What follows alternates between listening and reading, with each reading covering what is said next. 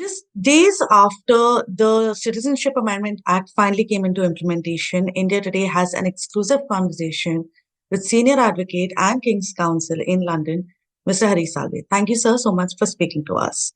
Your first thoughts, 4 years after it was first introduced, the CAA has finally come into effect and it's being met with a lot of opposition from activists, from opposition parties. What are your thoughts? I've said this before and I'm saying it again. I've not understood where this opposition stems from. I saw a speech by the Home Minister. I didn't know this fact, that right from the beginning, in fact, even Congress party had said that all those refugees who have come from a neighboring country, that time there was the Bangladesh, because Pakistan, later from Afghanistan, we should house them, because if Hindus, Christians, Jains, Sikhs, who were a large part of the population of Pakistan, have post its becoming a theocratic state, felt a sense of alienation. And if they want to come to India, it's logical that India gives them citizenship. And that's what we have done. So the suggestion that if you have to give citizenship to one class of oppressed people, you must extend this to the whole wide world, me makes no sense. Ultimately, whom we want to give, these are people of Indian ethnicity. And they are being discriminated in an inter-religion context, not intra-religion. Even within every religion, we hear complaints about everybody not being treated equally, but that's a matter for that religion to have. But between religions, when there is a theocratic state, there is a qualitative difference. In a theocratic state, if you don't belong to the religion of that state, a lot of states treat you in a manner which some people consider discriminatory. And if you want to migrate, the ethnicity is India. There was no Pakistan till 1947. We are all the same stock. If you want to give them citizenship, I simply cannot fathom any reason. But the biggest criticism against the CAA is that it is violative of Article 14. And Article 14 grants every person, not just every citizen, but every person, equal protection under the law. So when you discriminate on the basis, right, in India. I have an equal right to contest for American elections. I'd love to try and fight against Trump. The American Constitution also guarantees equal protection of all, equal protection to all Americans. Not necessarily American citizens, but to all Americans. Our Constitution guarantees equal protection of Indian laws to all Indians. Can an English person come and say, why are you giving visas to the French? Why not to me? How am I different? Can the Chinese today complain saying it's not fair? People from Thailand are given visas. People from other Asian countries are given visas. Why not us? But surely, this argument. No, but surely the answer can't be as simple as that, because since the time... It is as simple as that. It is quite as simple as that. You want to go and say India should, as a policy, open its doors to people who are victimized outside India. That's a policy choice. Right. In the country in which I live now, United Kingdom, they opened their doors and now they have a problem with asylum seekers. And the immigration system is about to collapse. Some people say it's already collapsed. So those are policy choices. Those are not constitutional arguments. Let's be very clear. Right. But when your country as a basic, it's part of the basic structure that the country is secular. So when in a secular country, you're discriminating against somebody solely on the basis of what religion they come from. No, you're not. Tell me which Indian is affected by this. I'm not talking of Indian citizen. Can you say there is a discrimination against Chinese solely on basis of their ethnicity or their place? There's the equal bar. We are talking constitutional law. Correct. We are not talking policy. Yes, you want to be a liberal heart, go right ahead. If the country has the resources, get all the troubled people of the world and house them in India. We don't have enough problems of our own, right? We're a very rich country with everybody living way above the affluence line. Get everybody in. But I don't understand this constitutional argument. No, the constitutional argument is there because essentially through the CAA, you're aiming to What is give the meaning of citizens secularism? Will you explain to me, since you people know so much constitutional law? that every religion needs to be treated equally, at par with one another, and Not nobody should be secularism. discriminated. You are mistaken about secularism. Yeah. Religions are treated differently. When the government suggests uniform civil code, you go up in arms and say you can't treat everybody similarly. Secularism is freedom of thought, freedom of religion, and the right to practice and profess your religion without any discrimination. Which Indian is being denied that? And I'm not saying citizen. Who living in India is being denied that? No, but okay, for example, if there are minorities within the Muslim religion in Pakistan, in Bangladesh, in Afghanistan, who are being persecuted against, those minorities do not have the same options compared to Are we micromanaging Islam in Pakistan, or are we giving refugee status and citizenship to the non-Muslims in a Muslims declared theocratic state? right. But even if we talk about, are we micromanaging how Islam is run in Pakistan? Who gives you the right to do so? Should not the people who administer a theocratic state of Islam sort out their own problems? but Or are we going to be big brother and say, no, you know what? I don't like the way you treat one subsect of Islam, so I am going to invite them to come to India. A very strange argument. But it's not just about Muslims either. Like we are not allowing Jews to enter India if there are any Jews that are persecuted. How many are there? Are there any? Irrespective. Are there any? Irrespective. Arguments are Even if never it's a- on theory. Even if it's a small population, what about How people who are many? What Three? about people who are atheists? 2.5.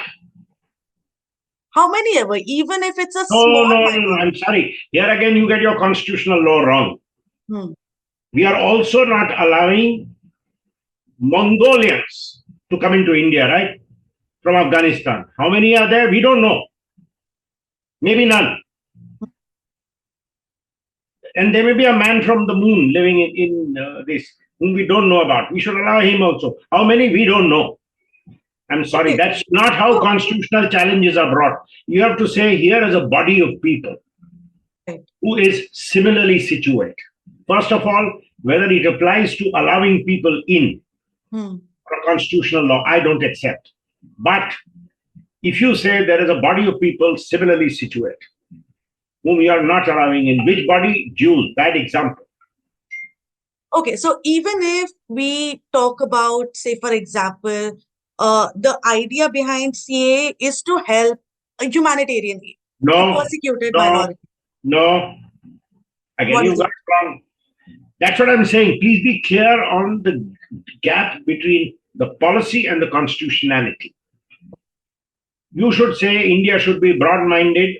Since we are such a rich and prosperous country with no problems of our own, we should open our borders to any and everybody who's troubled in the world. That's a point of view. Some people say, no, we have enough of our own. Let's worry about our own. These are people who are of our own ethnicity. And the policy is that people of Indian, pre-47 Indian origin, who are now in two parts of what used to be India, which have now turned theocratic, and are therefore being subjected to inferior rights by definition, but they are not secular countries. Afghanistan is now no longer secular, Pakistan is not secular. They want to come to a secular country, the Hindus want to come back to a secular India, the Sikhs want to come back to a secular India. They are a class apart, and classification is always permitted. Should you have such a classification is a policy argument. If you do have a policy like this, is that classification valid is a constitutional argument, and I see on its face, yes, it is. But what's the logic of including Afghanistan in this list? Because Pakistan and Bangladesh, like you said, were countries that You know have... the population of in Afghanistan? There are 3 or 4 basic tribes which constitute Afghanistan, and now I speak with some authority. I have an Afghan wife. It is the local, the Pashtus, the people from Pars, the Parsis. There's a sizable Zoroastrian community community, and they have to practice their religion today in secrecy. They have almost all left. Then you have a very sizable Sikh community, and you have a sizable Buddhist community, some of the finest Buddhist art, which the Taliban has destroyed, the Gandhara art. The Buddhist libraries were amazing. So these are known, recognized communities which constituted. Afghanistan was not a country, Afghanistan was a region. And right from Balkh down to here, it was a geographical region where people lived happily. My wife is Muslim, but she says, what was she taught when she was growing up? It is first family, community, country, and then religion. Love equally. This is the order of priority. Those priorities have changed. Today you have the Taliban. She came from a country where they used to have parties, they used to have drinks, they used to wear Western clothes, and she went to a French-speaking school. Can you think of that in Afghanistan? No, you can't. So Afghanistan has changed dramatically. Now, people who were used to the Indian Sikhs, do they have a right to freely set up gurdwaras there? No, gurdwaras have been demolished. Buddhist places of worship have been demolished. So how do you compare all these? I have not heard of any synagogues being demolished in Afghanistan. There is also an argument about an arbitrary cutoff date of 31st December 2014. Why has that been set as the cutoff date? Question number one. And does that not... You have to have some cutoff date, right? But what is the reason? If the idea is to help... Who is affected by that? Suppose you made it 2013, would it help? No, if the idea is to help minorities from other countries come and seek refuge in India, then why have a cutoff date at all? Why not? The law was brought on 31st December 2014. You say a large number of these people are already in India. They're living here. This is not to open the doors for endless. Again, it's a policy choice. It's a policy choice. What the government is saying is a very large, we are not inviting migration. These are people who have migrated and have not getting the benefit of Indian citizenship. But the second part of my question then is that isn't that then contradictory with what Section 6A of the Citizenship Act, which is also under challenge before the Supreme Court says? Because there's a specific timeline under 6A, which is from, I think, 1969 to 71.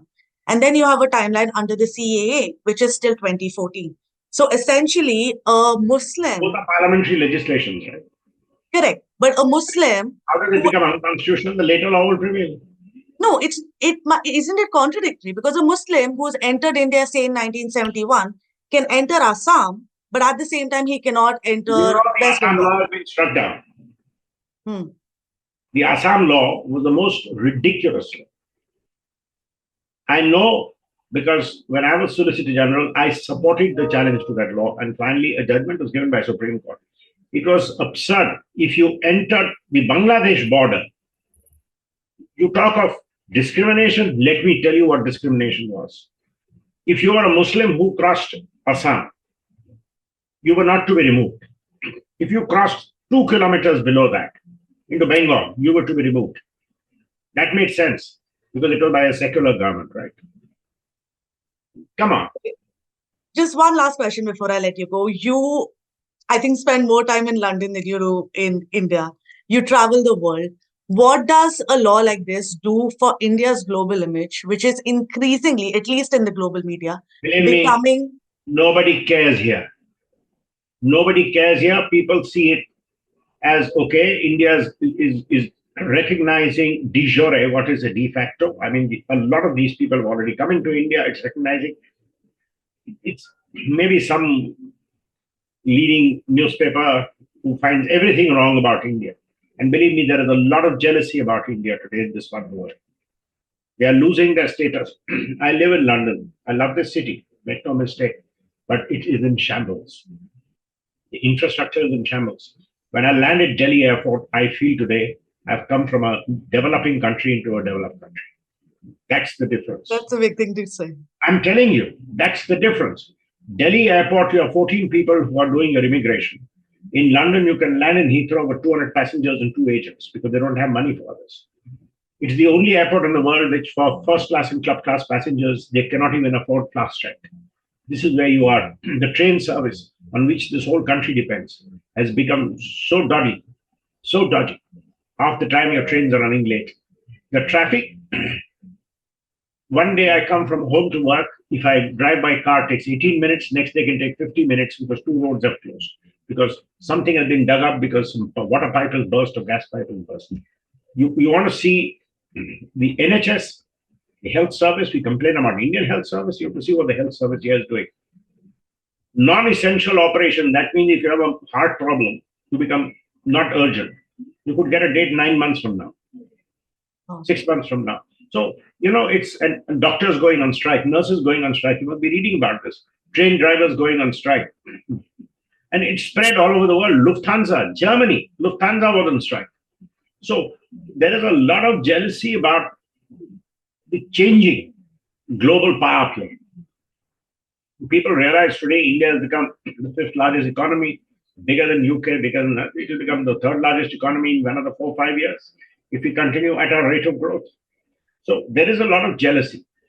People write all kinds of things as though they are the earth-shaking things which are going on in India. Nobody writes about what Indian roads have become. I am telling you, I was taken by surprise when somebody said Delhi to Dehradun is a 4.5-hour drive. I said, you must be joking, it's 9 hours. They said, no, have you seen the new motorways? Come to the English motorways, I'll tell you what state of disrepair they are. So, please, India is seen with great respect by people who do not have any slants. And for people who have slants, we don't care.